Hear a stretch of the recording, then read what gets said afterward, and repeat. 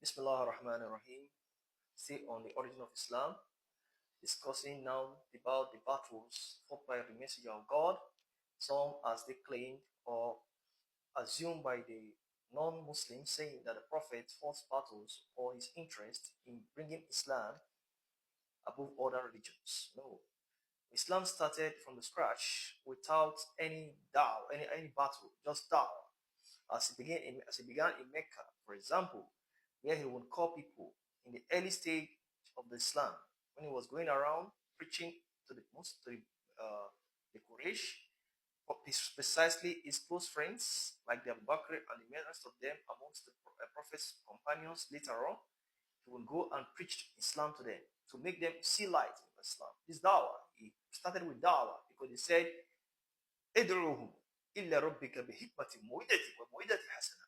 Go and speak Islam, preach to them with wisdom and good mind, with wisdom and good manners.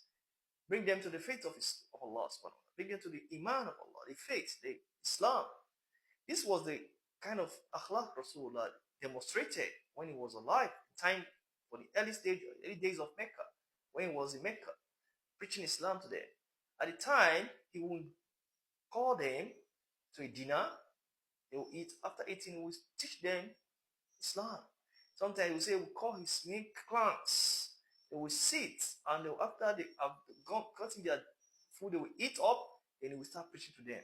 Some will accept, some will reject. Now they will say, okay, he was doing that. Some began to accept Islam. They were a minority at the time. So the news reached the Meccan deviants, decided to unalive the prophets, to end Islam, to put an end to Islam.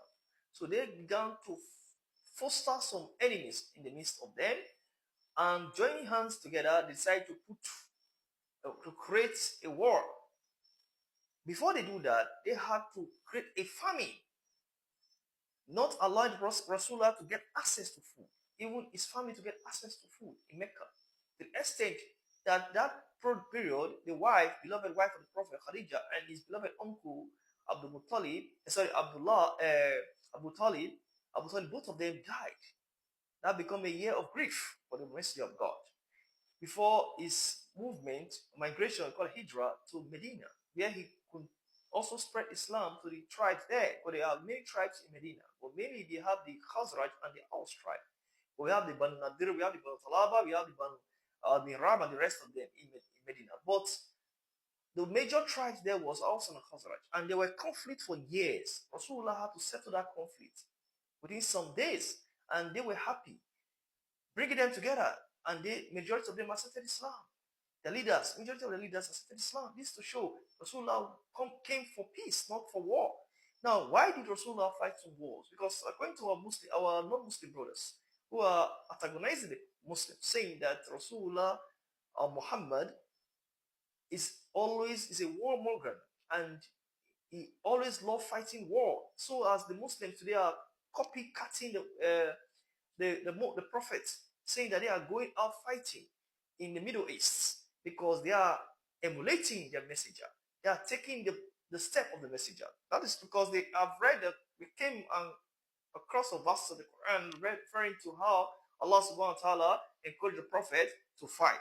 And they say that this is the reason why people are fighting, the Muslims are fighting the non-believers. They don't like the Christians, like the Jews and the others.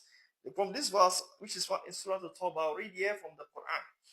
أعوذ بالله من الشيطان بسم الله الرحمن الرحيم سيقتل الذين لا يؤمنون بالله ولا باليوم الآخر. It's again, I mean, the verse said in verse 20 now, Surah Tawbah, it said, fight those who do not believe in Allah and the day of judgment, the hereafter, ولا يحرمون ما حرم الله, and those who do not forbid what Allah has forbidden for them, ولا رسوله, and his messenger, who also forbid them, they do otherwise, ولا يدينون دين الحق, those who not follow the right religion. Why Allah is encouraging the prophet to fight those who not follow the right religion. This will understand it later on. من الذين أوتوا الكتاب, from those who are given the books, which are the Christians and the Jews, حتى until you to jizya عن يدي, until they give jizya, which is a tax from their hand. Because they are less in the community. Why are they? These people, they use the word, look at the later word in use here. It said, those whom Sahirun is a small tribe who have created a problem for the Muslims in Medina. They connive with the Qurayshi infidels to fight Rasulullah in some battles. After the battle of Badr, the battle of Badr took place in Ramadan, the month of Ramadan. The Prophet was fasting with some few Muslims at that time. They were saying there were over 300 fasting, and the people, which are the Meccans, and some people came out to attack the Muslims after they were passing some of their Sufyan caravan of booty of stolen goods. So they have to halt the schools. Due to the fact they halt the goods, they came and they attacked the Muslims. It was said that that attack between 300 of Muslims against 900, to the extent that some of their key leaders were killed.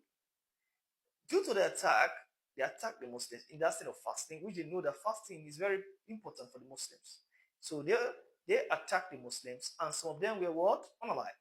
And after that, it took place, the second battle, which is Battle of Uhud, which is a avenging process or avenging thing done by Abu Sufyan. Abu Sufyan realized that one of his sons was killed in the Battle of Badr, which is known as Handala, and some of them were killed.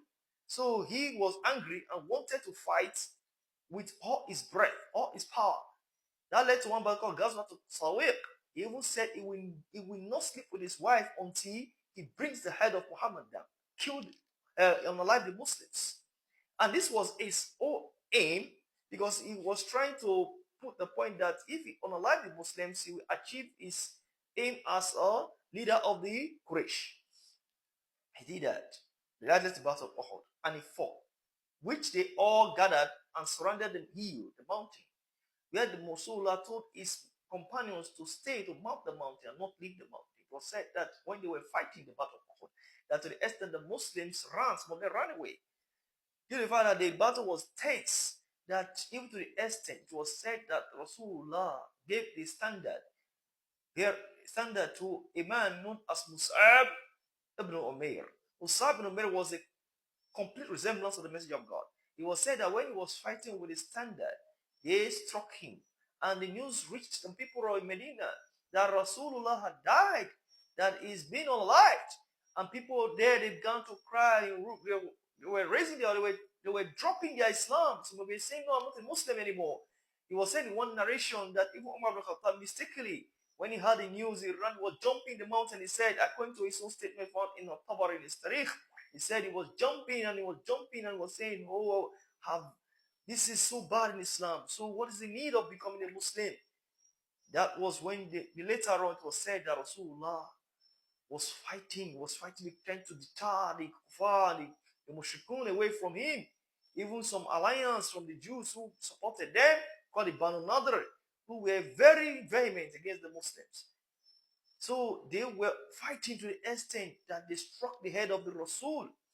And when they struck the head of Rasul, his blood began to gush out and covered his face. Then he fell down in one part of the side down the hill.